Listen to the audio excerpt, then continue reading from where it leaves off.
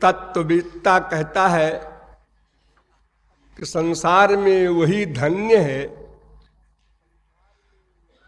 जो सच्चा स्वार्थी बन जाए।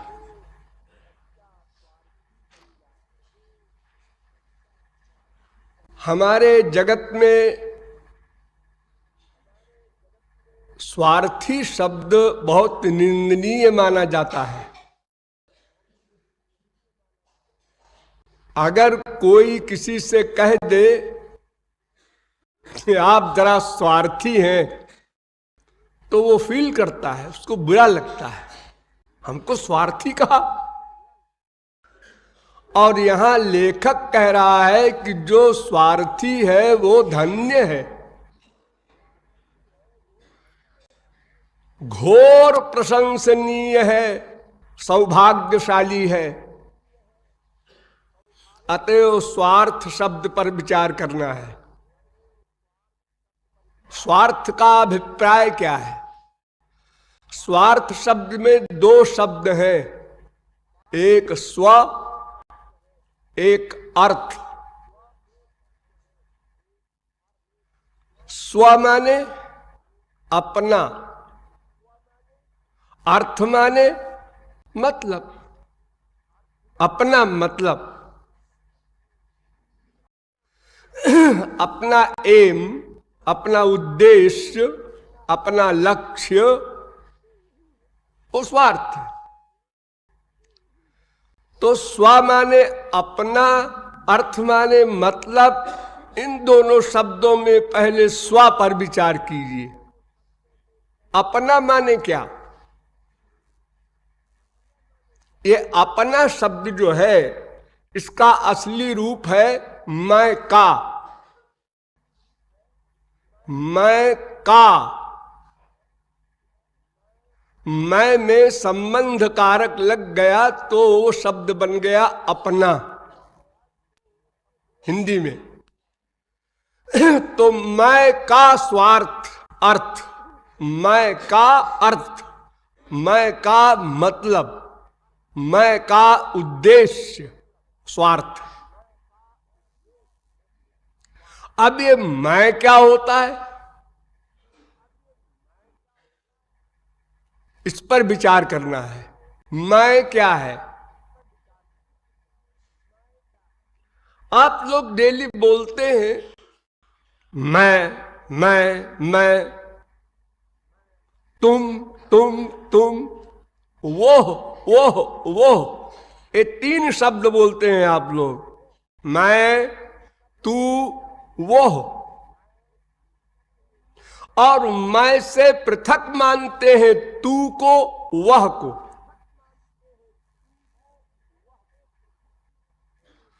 किंतु जिसे आप मैं कहते हैं उसी को तू भी अपने आप को मैं कहता है और वह भी अपने आप को मैं कहता है। तो मैं सबका नाम हो गया। बहुत ध्यान से सुनिए। मैं दो विरोधी पक्षों के लिए बोलता हूं, कुछ मैटर प्रचारकों के लिए बोलता हूं और कुछ साधारण लोगों के लिए भी बोलता हूं। तो कहीं कहीं विशेष बुद्धि लगानी पड़ेगी आपको, कहीं थोड़ी बुद्धि से काम चल जाएगा। तो ये मैं अपने लिए मैंने कहा, वो भी ठीक मैं, और जिसको हम तू कहते हैं और मैं से भिन्न समझते हैं वो तू भी अपने आप को मैं कहता है। और जिसको हम वह कहते हैं और उसको अपने से भिन्न मानते हैं वह भी अपने को मैं कहता है। तो मैं सब मैं हो गया। ये मैं क्या है?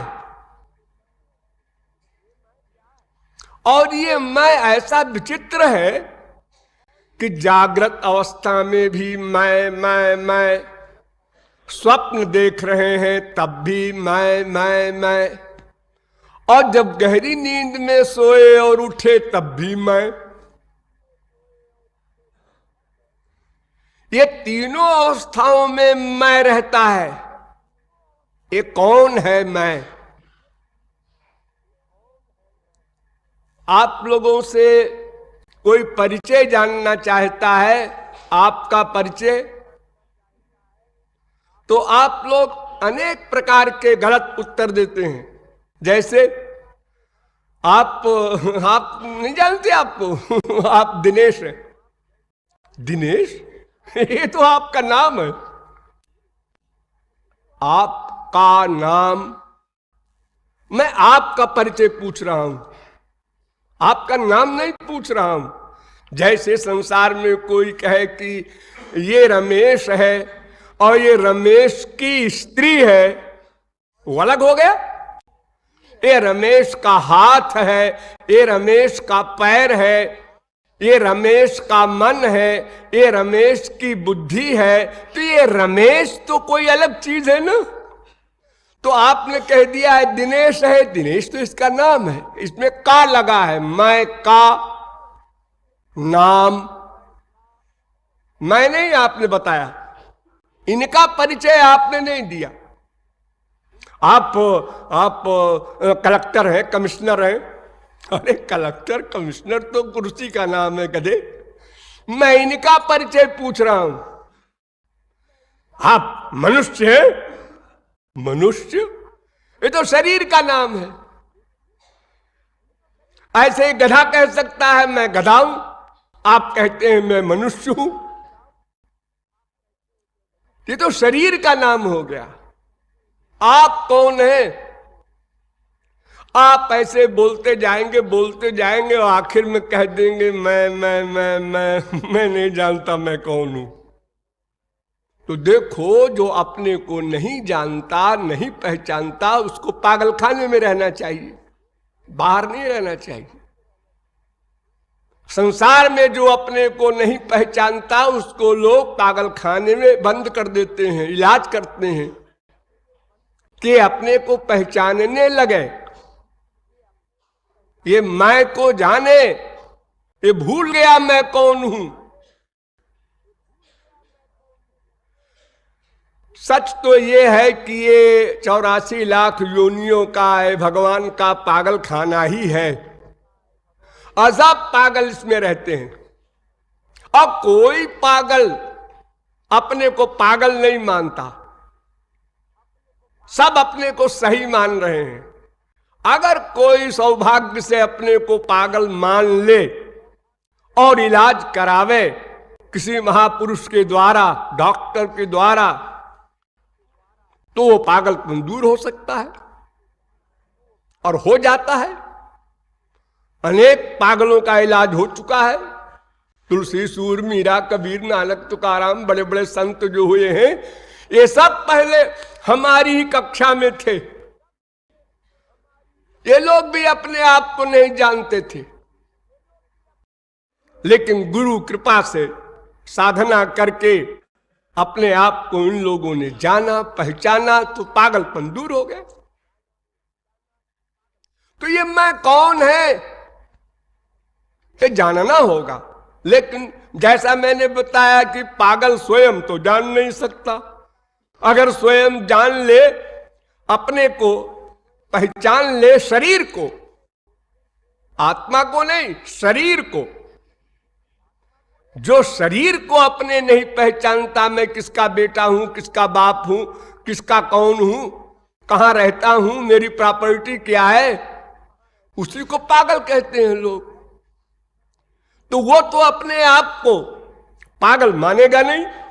इसलिए अगर बाई चांस वो पागल खाने पहुंच जाए और डॉक्टर सही सही मिल जाए और इलाज सही सही हो जाए, वो दवा खा ले, तो वो पागलपन दूर हो जाता है। अब यहां का जो पागलपन है, ये स्वार्थ संबंधी स्व का,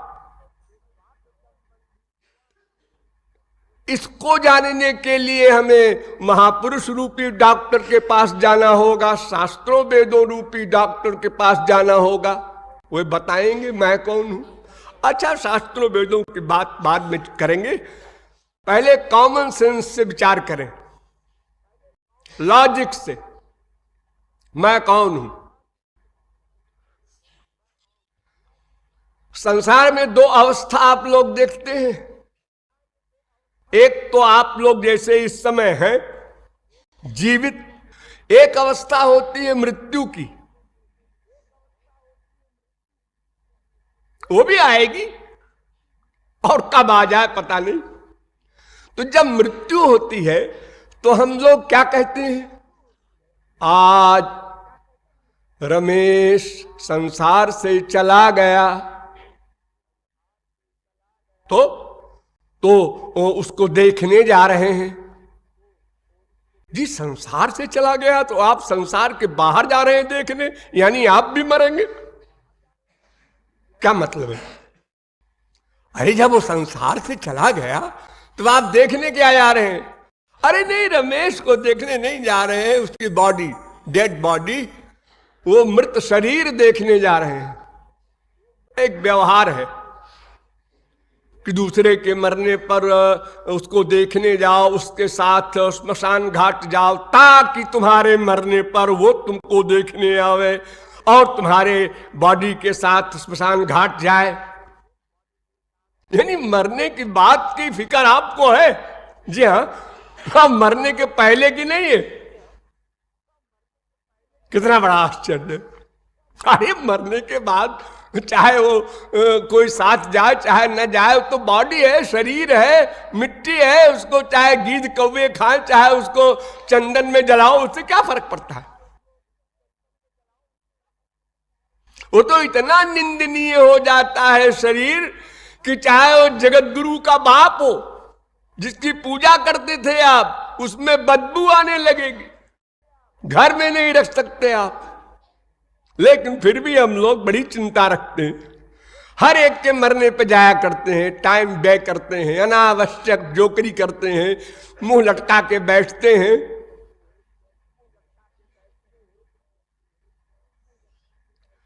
तो ये मैं नाम की चीज को समझने के लिए जीवन मृत्यु समझना होगा। मर जाने के बाद हम जो कहते हैं नास्तिक भी कि रमेश संसार से चला गया, जबकि उसका शरीर सब देख रहे हैं, तो इसका मतलब यह है कि शरीर से भिन्न कोई मैं है। यह बात सब मानते हैं, शरीर से भिन्न है कोई मैं शरीर नहीं है। दूसरा पॉइंट देखो, कर्म फल के अनुसार हमने अनंत शरीर धारण किए, अनंत जन्मों में हम अनाद्यनंत हैं, अज हैं। तो जब अनंत जन्म धारण कर चुके, और वो भी 84 लाख प्रकार के, कभी कुत्ते बने, कभी गधे बने, कभी हाथी बने, कभी मनुष्य बने, तो अगर हम शरीर होते तो एक ही रूप हमेशा रहता हमारा, हम कभी हाथी कभी घोड़ा ऐसा कैसे बनते?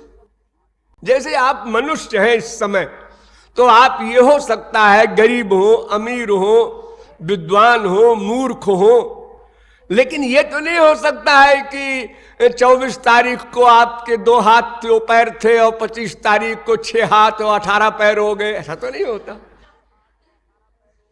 आपका शरीर तो वही रहता है। तो अगर आप शरीर हैं तो सदा आपको एक सा रहना चाहिए। 84 लाख प्रकार के शरीर चेंज करने पर यह सिद्ध होता है कि आप शरीर नहीं है।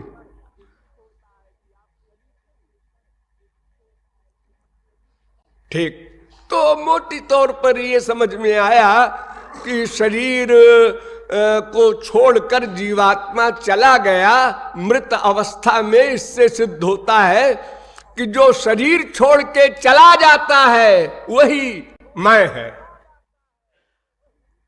जो शरीर छोड़कर चला जाता है और उस छूटे हुए शरीर को सारा संसार देखता है प्रत्यक्ष, और अनुभव करता है, बोलता है, क्या हुआ? गया गया, कहां गया पता नहीं, गया। अब आस्तिक कहता है भगवान ने बुला लिया, नास्तिक कुछ कहेगा, लेकिन गया। वो जो गया वही मैं है, यानी शरीर से भिन्न है मैं। शरीर से जो चला गया मृत अवस्था में उसको हम मैं कहते हैं। ये सिद्धांत बना, नहीं गलत। क्यों? शरीर से चला जाने वाला एक और सामान होता है, वो क्या? सूक्ष्म शरीर। इस शरीर को छोड़ने के पहले दूसरा सूक्ष्म शरीर मिल जाता है मैं को, उस शरीर के साथ मैं जाता है। ये मैं जो मैं बोल रहा हूं, इसका दूसरा नाम शास्त्रों वेदों में जीव है। तो इस शरीर को छोड़कर जाने वाला तो सूक्ष्म शरीर भी होता है, तो क्या वो आत्मा है? इस शरीर को छोड़कर जाने वाला और भी सामान है, इंद्रियां। क्यों? इंद्रियां तो यहीं रहती हैं जी, वहां आंख कान नाक सब यहीं पर है। ये इंद्रियां नहीं है आंख नाक कान, ये आपको धोखा है। फिर ये इंद्रियों के घर हैं, इंद्रियों के घर में इंद्रियां रहती हैं। कान बड़े बड़े सुंदर सुंदर, सुनाई नहीं पड़ता, सुनाई नहीं पड़ता। हाँ। तो कान नाम की जो इंद्रिय है वो इस मोटे कान के अंदर नहीं रही। हाँ, वो नहीं रही। तो आपकी एक इंद्रिय गई, हाँ जी, कान गया और दिख रहा है सबको, और गया। आंख है, दिखाई नहीं पड़ता, सूरदास है। यानी इंद्रिय शक्ति इंद्रिय के अंदर रहती है, वो सूक्ष्म होती है, वो दिखाई नहीं पड़ सकती किसी को। जैसे मैं नहीं दिखाई पड़ता, वैसे इंद्रियां भी दिखाई नहीं पड़ती। और इसके भी आगे एक अंतःकरण है, वो भी सूक्ष्म है, वो भी नहीं दिखाई पड़ता, जिसको मन बुद्धि चित्त अहंकार अनेक नामों से जाना जाता है। तो इंद्रियां, मन, बुद्धि, सूक्ष्म शरीर, ये सब शरीर छोड़ के जाते हैं। ध्यान दो एक एक शब्द पर। इंद्रियां, मन, बुद्धि, सूक्ष्म शरीर, ये सब इस शरीर को छोड़कर जाते हैं। तो क्या ये सब मैं है? क्या मन भी मैं है? क्या सूक्ष्म शरीर भी मैं है? नहीं जी, वो तो मेरा है। जो मेरा है वो मैं नहीं हो सकता। गधे की अकल से समझ लो, मेरा मैं से भिन्न हुआ करता है। तो मैं नाम की चीज वो नहीं है जो शरीर छोड़ के चली जाती है। यानी ये फार्मूला गलत सिद्ध हुआ कि जो शरीर छोड़ के चला जाए वो मैं है, क्योंकि शरीर छोड़ के तो सूक्ष्म शरीर भी जा रहा है और मन वगैरह भी जा रहे हैं, इंद्रियां भी जा रही हैं। तो ये जीव तो नहीं कहे जा सकते। क्यों जी? ये सब जीव के साथ सदा नहीं रहते। नहीं, जब महाप्रलय होता है, महाप्रलय, कयामत, तो उस समय समस्त जीव,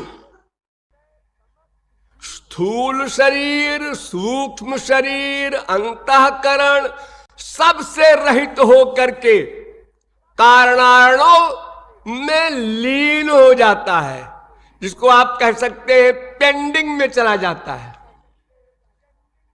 वर्क नहीं कर सकता, अंतःकरण नहीं रहेगा उस समय, नहीं तो वर्क करने लग जाए फिर तो महाप्रलय और सृष्टि में अंतर क्या रह जाए।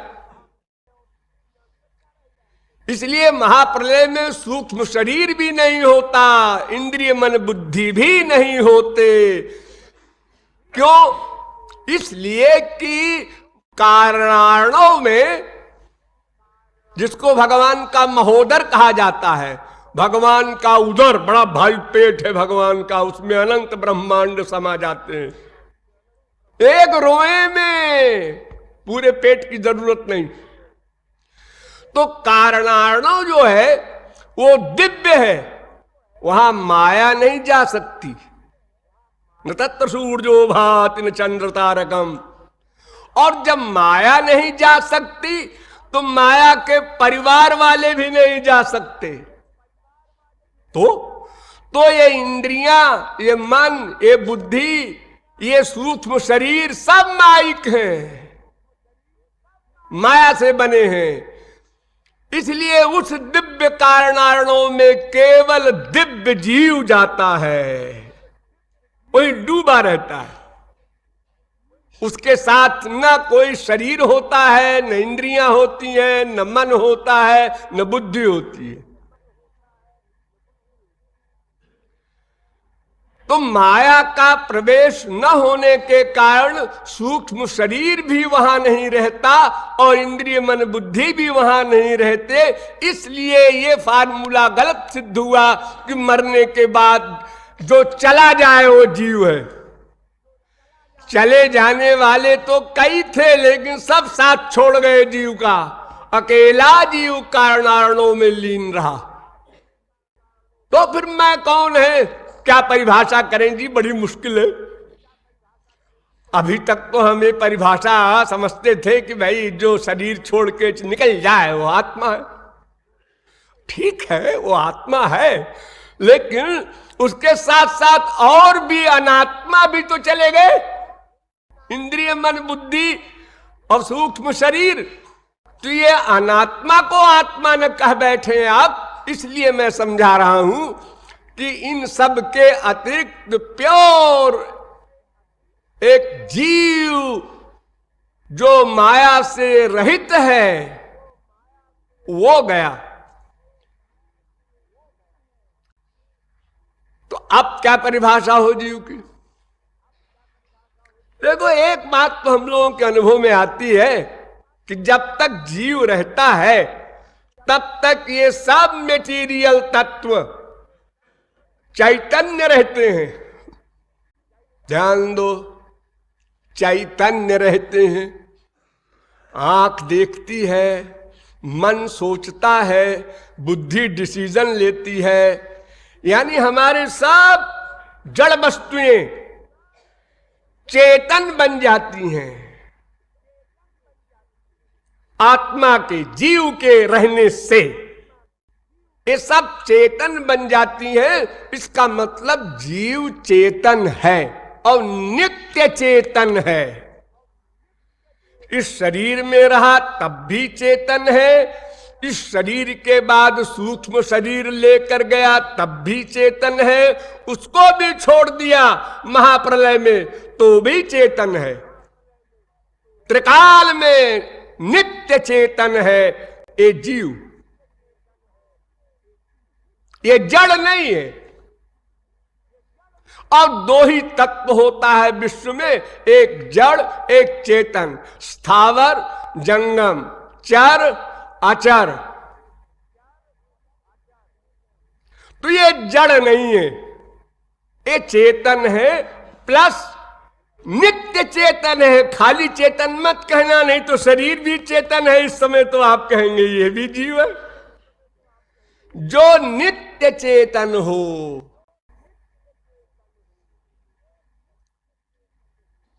इसलिए इसको चित्त कहते हैं। चित्त, इसका एक नाम है चित्त। चित्त नहीं कहना, वो तो माइक हो गया। चित्त आधा ता।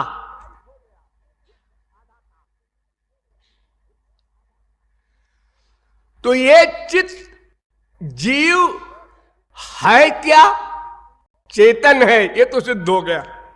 जड़ नहीं है, सिद्ध हो गया। लेकिन ये है क्या? अब तर्क समाप्त। क्यों? जो बुद्धे परतस्तुषा, अब बुद्धि की गति नहीं आगे, क्योंकि वो दिव्य चेतन है। अब बुद्धि जड़ माइक है, इसलिए बुद्धि से वो ग्राह्य नहीं हो सकता। अगर बुद्धि से ग्राह्य हो जाए तो फिर बुद्धि को तर्क कहना पड़ेगा। तो कोई भी तर्क, कोई भी लॉजिक, कोई भी साइंस, कोई भी विज्ञान, कोई भी मटेरियल ऐसा नहीं है अनंत कोटि ब्रह्मांड में जो मैं को जान सके एक्सपीरियंस में, साक्षात। ऐसे तो एक्सपीरियंस है, फीलिंग हो रही है मैं, लेकिन उसको साक्षात देख सके, जान सके, ऐसा कोई मैटर नहीं। इसलिए शास्त्रों वेदों के पास चलना पड़ेगा।